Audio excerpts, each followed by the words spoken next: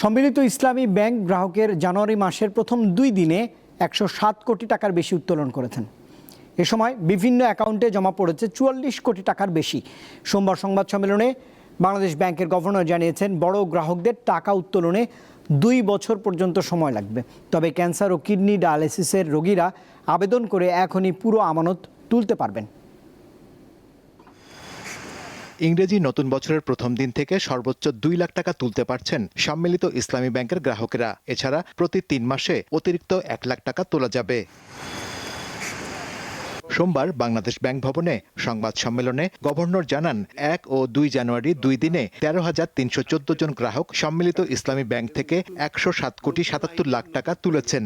এ সময় জমা পড়েছে 44 কোটি 9 লাখ টাকা। এসব দিক থেকে বিবেচনা করে আমরা মনে করি যে এটাকে আমরা সুন্দরভাবে আস্থার স্থানে নিয়ে যেতে পারবো এবং যে ডাটা আমরা পাচ্ছি তাতে আমাদের আস্থাটা সৃষ্টি হচ্ছে।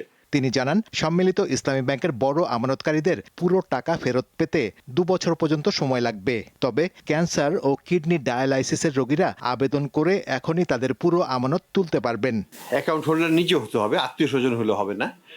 সেই ক্ষেত্রে পুরো টাকাটাই তারা তুলতে পারবেন অ্যাজ অফ নাও। কেন্দ্রীয় ব্যাংকের গভর্নর জানান, কর্মী ছাঁটাই করা হবে না, কিন্তু কারো বিরুদ্ধে অপরাধ প্রমাণ হলে ছাড় দেওয়া হবে না। আমরা কাউকে ছাঁটাই করতে চাই না, এটা আমরা বলতে চাই।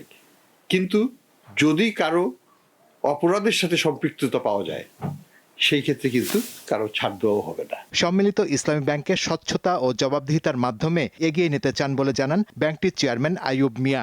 আমাদেরকে আকৃষ্ট করা যায়, সেজন্য আমরা কিন্তু কাজ করছি। শাহরিয়ার ইমন, দীপ্ত সংবাদ, ঢাকা।